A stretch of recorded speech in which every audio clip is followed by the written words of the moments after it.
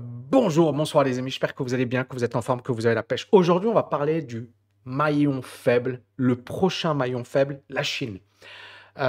Si vous vous rappelez, j'avais fait une vidéo sur Evergrande il y a plus d'un an. J'avais parlé de la bulle immobilière sur la Chine, que c'était voilà, la bulle la plus importante de l'histoire.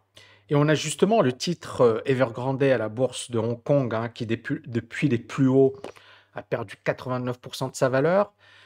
Beaucoup de Chinois, on parle de millions de Chinois, hein, qui sont aujourd'hui bloqués. Et on arrive à une situation où les Chinois propriétaires ne veulent plus payer ou rembourser leur crédit. Et vous voyez ici les banques chinoises qui disent qu'il y a environ 312 millions de dollars de mauvaises dettes parce que de plus en plus de propriétaires ne veulent pas rembourser leur crédit sur des maisons qui ne sont pas encore terminées. Parce qu'on a des chantiers entiers qui n'ont pas été finis. Et donc, il s'agit d'un moment assez particulier pour la Chine. Ici, on a l'ensemble des banques qui ont finalement des impayés, hein, sur leur crédit. Alors, bien évidemment, ce n'est pas important pour le moment, c'est toujours sous contrôle, mais l'indice des 300 valeurs bancaires a fortement baissé. Vous voyez ici, ça, c'est les valeurs bancaires et on voit cette forte chute de l'indice durant la dernière semaine. Ça veut dire que pour le moment, et quand même, on revient sur les plus bas de 2020, d'accord, ce qui est quand même assez problématique, hein. Quand on voit par exemple les banques américaines, elles sont toujours bien plus élevées par rapport à ces points bas, même si ça commence à baisser, hein. JP Morgan commence à baisser, mais on a quand même un petit peu de marge de manœuvre. Donc on sent qu'il y a quand même une certaine crainte. Et puis, il n'y a pas que ça. La Chine a affiché des résultats de croissance moins bons que prévu. La Chine est en train de ralentir. Et ici, je vais partager avec vous deux indices. Ça, c'est l'indice chinois, d'accord? Depuis, allez, les plus hauts, d'accord? Pour le moment, on perd 32%. Ça va, c'est pas trop méchant. Mais quand on prend ce que l'on appelle les dragons chinois, les Alibaba, les Tencent, voilà, les Baidu, d'accord? C'est ça. Cet indice, je vais vous montrer à quoi il ressemble. Il regroupe 72 entreprises chinoises, d'accord? C'est un ETF, mais il regroupe les grosses boîtes, Baidu, Alibaba, Agora, China Petroleum, et puis là, vous avez des Sohu, Trip, Tencent, voilà, pas mal de boîtes extrêmement importantes, technologiques chinoises. Et on voit l'indice depuis les plus hauts perd 65%. 65%. Et on voit qu'il y a eu un carnage en bourse en Chine. Et on pensait que c'était fini avec les valeurs technologiques. Certaines banques, hein, comme JP Morgan, ont expliqué que c'était peut-être un point bas, qu'il fallait acheter la Chine, que effectivement, quand on voit cette baisse, on se dit, voilà, la baisse est tellement importante que ça ne peut que remonter. Mais si, et c'est ça, ça dépendra encore une fois des prochaines semaines, des prochains mois, on voit que la Chine devient fragile sur un plan économique d'abord. Ça, ce sont les chiffres de la croissance chinoise et on voit que depuis 2021, ça baisse. D'accord? Et beaucoup de gouvernements dans le monde ont peur finalement de l'inflation, et la Chine, en fait, ça hantise aujourd'hui, c'est vraiment une croissance faible. Et la Chine, encore une fois, il ne faut pas l'oublier, c'est la deuxième économie au monde, ou la première, hein, selon les estimations, selon la manière dont on mesure, mais c'est une économie qui est extrêmement importante. C'est-à-dire qu'un ralentissement de la Chine pourrait avoir également un impact sur l'économie mondiale, parce que la Chine importe également, achète, consomme, et donc un ralentissement de l'économie chinoise, ça peut peser sur l'économie mondiale. Donc aujourd'hui, on a le gros problème de l'Europe, hein, avec la guerre en Ukraine, avec l'inflation, avec voilà, le problème de l'énergie, hein, Poutine qui annonce, ou du moins voilà, la Russie qui annonce qu'ils ne vont pas livrer de gaz. Macron qui, durant une interview, explique qu'il faut se préparer à une économie de guerre, que on rentre dans une période trouble, qu'il va falloir diminuer sa consommation d'énergie. Donc, c'est pas très positif. Mais en plus, vous avez la Chine. Et la Chine, en fait, elle craque de partout. Elle craque au niveau de l'économie, les valeurs technologiques qui s'effondrent, l'immobilier, avec là quelque chose d'inédit en Chine, où les emprunteurs ou les propriétaires immobiliers ne veulent pas rembourser leur crédit. Donc, on a un début de défiance de la population chinoise. Et ça fait peur. Alors, pourquoi les propriétaires ne veulent pas rembourser leur crédit? Première raison, c'est que l'immobilier en Chine baisse. Et c'est intéressant. Pourquoi? Parce que c'est un phénomène qui n'est pas encore présent aux États-Unis, au Canada. Ça commence. En Europe, Dubaï, les prix flambent. Mais clairement, est-ce que la Chine n'est pas finalement en première ligne? Est-ce qu'elle ne nous donne pas les signes de ce qui va arriver après sur le marché immobilier? Donc vous voyez ici, sur le marché chinois, là, c'est les prix qui montent, d'accord? Et puis là, depuis 2021, les prix de l'immobilier qui chutent, d'accord? Et donc les prix qui baissent depuis 10 mois. Et beaucoup de gens vont dire, OK, Tammy, mais pourquoi c'est important? Est-ce que l'immobilier, c'est vraiment important? L'immobilier représente 25% du PIB chinois, de ce que produit la Chine en une année. Ça veut dire que si ça s'arrête, d'accord, ou s'il y a un gros ralentissement, vous pouvez imaginer l'impact sur l'économie chinoise, premièrement. Deuxièmement, c'est un problème grave. Pourquoi? Parce que les développeurs, hein, parce que généralement en Chine, c'est un peu le cas également à Dubaï, les Chinois achètent sur plan, c'est-à-dire qu'ils achètent quelque chose qui n'est pas encore construit. Et les développeurs n'ont délivré que 60% des maisons. Et donc, selon la banque Nomura, si les acheteurs, d'accord, font défaut, si tous les acheteurs font défaut, ça pourrait représenter 58 milliards de dollars de pertes pour les banques. Et ça pourrait également représenter un effet de contagion. Alors, regardez ici. Le système financier chinois est sitting on 6 800 milliards de dollars de crédit immobilier. Vous imaginez, c'est quasiment 3 fois l'économie française. Les crédits immobiliers, 6 800 milliards de dollars de crédit en cours. Donc, est-ce que vous imaginez un peu l'effet contagion? Donc, clairement, aujourd'hui, la Chine, hein, parce que voilà, les autorités chinoises ont vu les banques, ils ont essayé de calmer le jeu, ils ont essayé, mais on voit bien que il y a quelque chose qui peut s'avérer être catastrophique en Chine.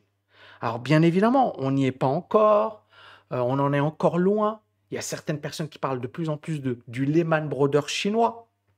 L'immobilier chinois met l'économie mondiale en difficulté.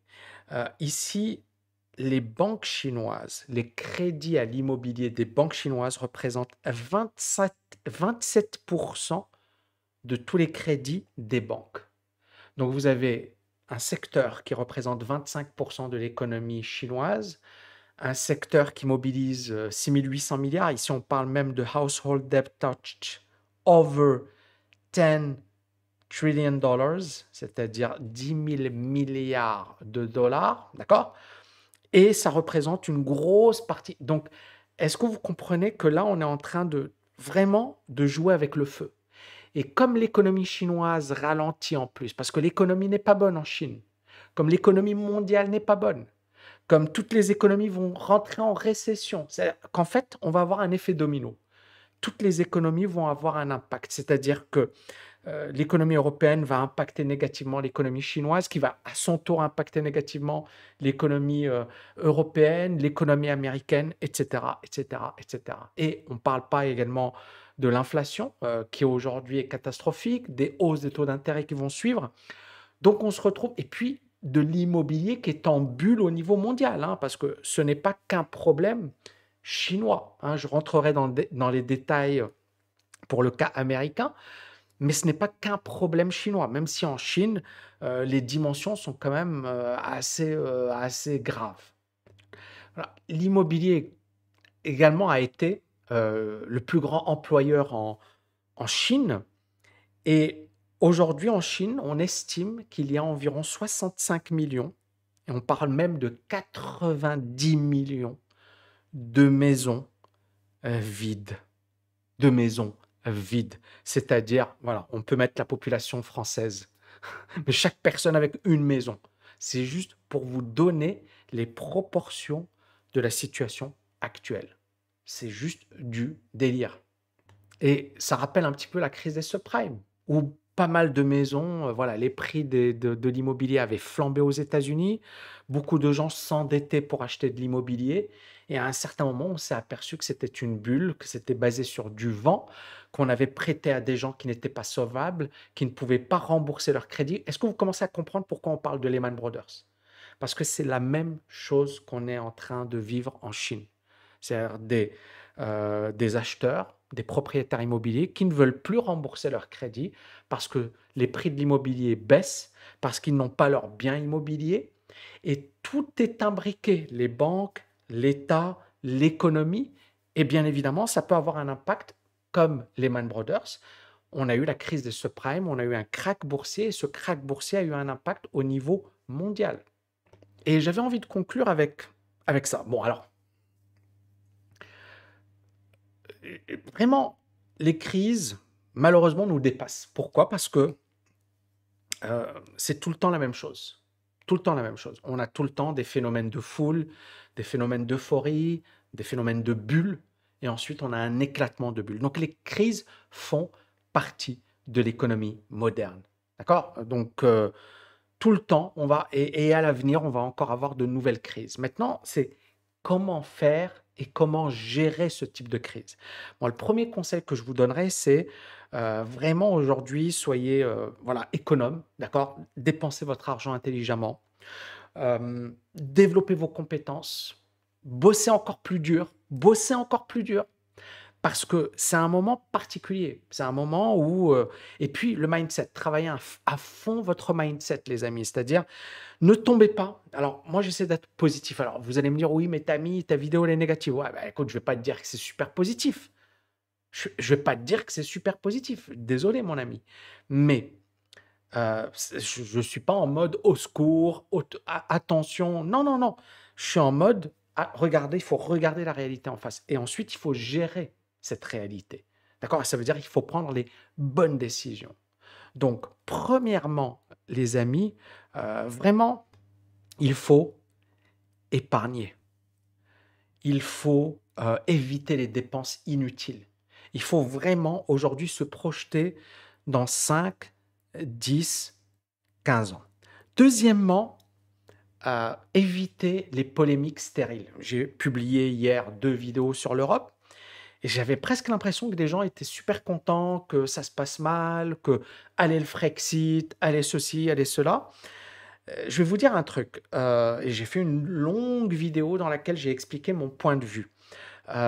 Certaines personnes, et je vais être très cash, certaines personnes oublient la chance qu'elles ont. Récemment, il paraît que Poutine punit, donc la Russie punit de prison, de 15 ans de prison, ceux qui osent dire que la Russie est en guerre. Apparemment. D'accord? Donc vous imaginez, les gars, ils sont sur YouTube, ils jouent aux super-héros, etc. Ils diraient le 1% de ce qu'ils disent aujourd'hui sur YouTube en Russie, on n'en entendrait plus parler. Donc, il ne faut pas oublier la chance que beaucoup de personnes parmi vous ont. Il ne faut pas l'oublier, d'accord? Il ne faut pas oublier également que dans ces crises, euh, finalement, il va y avoir de la casse, il va y avoir du sang, mais il faut vraiment garder son sang-froid. Parce qu'après la crise, c'est là où arrivent les meilleures opportunités. Donc si vous êtes capable de bien gérer cette période de crise, tout le reste sera simple, je dirais. D'accord? Mais il faut gérer ces périodes de crise. Et je vous en parle parce que ça m'est arrivé. Vous savez, j'ai quitté Londres en 2003. Et 2003, voilà, alors j'étais trader, etc. Et je me suis marié, puis j'ai divorcé et je me suis retrouvé dans la merde. J'ai envoyé des CV, j'ai eu zéro réponse. Et c'est là où je me suis dit, OK, qu'est-ce que je fais là? Qu'est-ce que je fais? Et c'était une période de crise. 2003, on a eu la guerre en Irak. C'était pas génial, génial, génial à l'époque. Ce que j'ai fait, c'est que j'ai préparé l'agrégation. D'accord? Alors, bien sûr, en plein divorce, l'agrégation d'économie, c'est un concours très, très costaud. Mais il fallait agir, les amis. C'est-à-dire, j'avais envoyé des CV. En France, il n'y avait rien. Il fallait que je reparte à Londres. Mon fils, il était en France. Je ne voulais pas quitter mon fils. Je ne voulais pas perdre le contact avec. Et donc, je me suis dit, je passe l'agrégation. Alors, je ne savais pas ce que c'était. Je ne savais pas que c'était l'un des concours les plus durs de France. Mais je me suis dit, allez, je vais tenter l'agrégation. Allez, on y va. Et j'ai eu la chance de réussir ce concours et je peux vous dire que j'en ai bavé comme jamais dans ma vie parce que tout s'écroulait. J'avais perdu mon fric, j'avais perdu mon job, j'avais perdu et on était en crise. Donc c'est pour ça que je vous dis, je sais très bien que ces moments de crise sont très difficiles. Donc épargnez un max de blé. Soyez en mode agir. C'est-à-dire que si jamais on traverse un moment difficile, eh ben, il faut le gérer psychologiquement. Ne soyez pas en mode au secours, c'est la fin du monde. Non, c'est qu'est-ce que je fais? Qu'est-ce que je fais? Comment bâtir? Parce que quand l'économie va repartir, vous serez prêt. Vous serez dedans. Et je vous donne mon exemple, mon vécu. J'ai vécu une crise, mais une crise économique et une crise personnelle. Parce que moi, tout s'est enclenché. Divorce, perdu mon job, perdu mon fric, éloigné de mon fils. Et puis, on a une crise économique quand même qui est assez grave à l'époque. Et donc, faites quelque chose. Faites quelque chose. Et faites quelque chose d'intelligent. Il y a des gens qui m'ont dit, ouais, mais Tammy, mais pourquoi tu n'as pas géré de l'argent, etc. Mais attends, si vous vivez et je vous le dis personnellement, tu vis un divorce, ne touche pas au marché financier, ne fais pas de conneries. Je vois beaucoup de gens qui sont désespérés, qui sont en mode espoir, qui sont au RSA, qui ont tout perdu, et ensuite ils vont se mettre, non, non, non, ne touchez pas au marché si vous passez par un moment difficile. Ne touchez pas au trading. Faites-le si vous avez de l'argent, si vous avez des moyens, si vous êtes capable. Mais s'il vous plaît, n'écoutez pas les vendeurs de rêves. D'ailleurs, regardez tous ceux qui se sont ruinés sur les cryptos. Regardez tous ceux qui ont perdu. Donc, deuxièmement, il faut s'éduquer, d'accord? Éducation et apporter de la valeur et devenir une meilleure version de vous-même. Ça, c'est le deuxième point le plus important. Le troisième point, c'est se préparer. Se préparer à demain. D'accord? Les crises sont sans doute les meilleurs moments pour saisir des opportunités. Mais c'est également, et c'est ça le truc, c'est que ce sont des moments souvent compliqués parce que le marché baisse, les gens ne comprennent pas, et ils se font avoir, ils commencent. Souvent, dans un marché baissier, vous allez avoir des rebonds, puis un deuxième. Et à chaque fois, vous allez avoir la même chose. Les gens, ils vont acheter par là, puis ils vont acheter par là. Et puis, à un certain moment, ils vont se dire, c'est de la merde, je me suis ruiné, et ils vont arrêter. D'accord? Eh bien, il faut gérer ces périodes. Et il faut les gérer intelligemment. Donc, vous devez vous préparer psychologiquement, vous devez vous préparer techniquement, pour ce qui va arriver après. Et puis, quatrièmement, évitez, mais vraiment évitez, euh, de tomber dans le piège. Je vois trop souvent ça sur YouTube, sur Facebook, euh, de la fin du monde, des discours catastrophes, des discours. Tant qu'il n'y a pas de guerre, je le dis encore une fois, j'espère qu'il n'y en aura pas. Tant qu'il n'y a pas de guerre, tant qu'il n'y a pas un truc, ça reste de l'économie, ça reste des moments difficiles, ça reste tu vas moins bien manger, ça reste tu vas te serrer la ceinture. Mais on gère ça, les amis, on gère. D'accord, je sais pas, moi j'étais voilà, dans la galère, ben, je mangeais pas bien, je mangeais ce que je pouvais manger. Donc ça se gère. D'accord? Mais il ne faut pas perdre votre énergie dans des mauvais combats. D'accord? Le combat qui consiste à refaire le monde, le combat qui consiste à accuser, le combat qui consiste à dire c'est la faute, c'est à cause de ceci, c'est à cause de cela. Imaginez si j'étais tombé dans ce piège. Est-ce que je serais là en train de vous parler? Est-ce que j'aurais 410 000 abonnés? Est-ce que je serais libre financièrement? Est-ce que je serais multimillionnaire? Non, je serais tout le temps en train de me plaindre. Et pendant 10 ans, 15 ans, 20 ans, tu vas gâcher les plus belles années de ta vie à te plaindre, à trouver des excuses, à accuser les autres de ton échec. Alors que tu ne dois surtout pas faire ça. Surtout pas faire ça. C'est la pire des choses à faire. Et aujourd'hui, l'immense majorité le fait. Et bien évidemment, il y a des gourous charismatiques, qui vont vous expliquer que c'est la guerre, qu'ils l'avaient dit, qu'ils avaient tout prévu, etc., etc., etc. Ouais, mais ça fait 10 ans, 20 ans, 30 ans qu'ils nous expliquent la même chose. D'accord? Et ça change quoi? C'est-à-dire, c'est très bien, mais il y a toujours eu des crises dans l'économie. C'est pas la première fois, c'est pas la dernière fois. Le plus important, c'est comment tu gères la crise. Comment tu gères la crise? Est-ce que tu la gères bien ou est-ce que tu la gères mal? Si tu la gères bien, génial, parce que tu vas en sortir grandi. Si tu la gères mal, ça peut te détruire. Donc, c'est comment tu vas gérer la crise qui va. Maintenant, ces gourous, ils vont te dire, ouais, voilà, acheter de l'or. Moi, je connais un mec, ça fait 10 ans, 20 ans, il t'explique qu'il faut acheter de l'or. OK. Les actions vont s'effondrer, tout va s'effondrer. Bien sûr, super. Et à chaque fois que ça baisse un peu, ouais, j'avais raison, etc. Et en fait, nous, on s'en fiche. Parce que nous, on est des ISM, investisseurs stratèges. J'achète l'or quand ça vaut le coup de l'acheter. J'achète les actions quand ça... Vous voyez ce que je veux dire? Il faut éliminer le bruit. Le bruit, il est trop présent. Regardez les amis, ici. Est-ce que vous savez combien de personnes nous disaient qu'il fallait acheter de l'or, que l'or c'était extraordinaire, que l'or c'était magnifique, que l'or ceci, que l'or cela? Et ensuite, voilà l'or, et voilà l'évolution de l'or depuis les plus hauts. L'or perd 17%. Et beaucoup de gens disaient le dollar c'est pourri, etc. Ben, le dollar explose au même moment. On va comparer le dollar avec l'or, parce que... Et donc, regardez, le dollar qui explose et l'or qui baisse. Voilà. L'or qui perd 6% et le dollar qui monte de 14%. Et ce que je veux vous dire, encore une fois, c'est vraiment très important, c'est ces gens-là, leur fonds de commerce, c'est la peur, c'est attention, c'est la fin du monde, attention, etc. Je le fais sur ma chaîne YouTube également, d'accord? Aucun souci avec ça, d'accord? Parce que bon, voilà, je vais parler de l'actualité, je ne vais pas vous dire tout va bien. Mais moi, mon argument, c'est pas de vous dire, voilà, il faut acheter de l'or ou vendez tout, parce que, en fait, ça dépend du contexte. Ça dépend du contexte.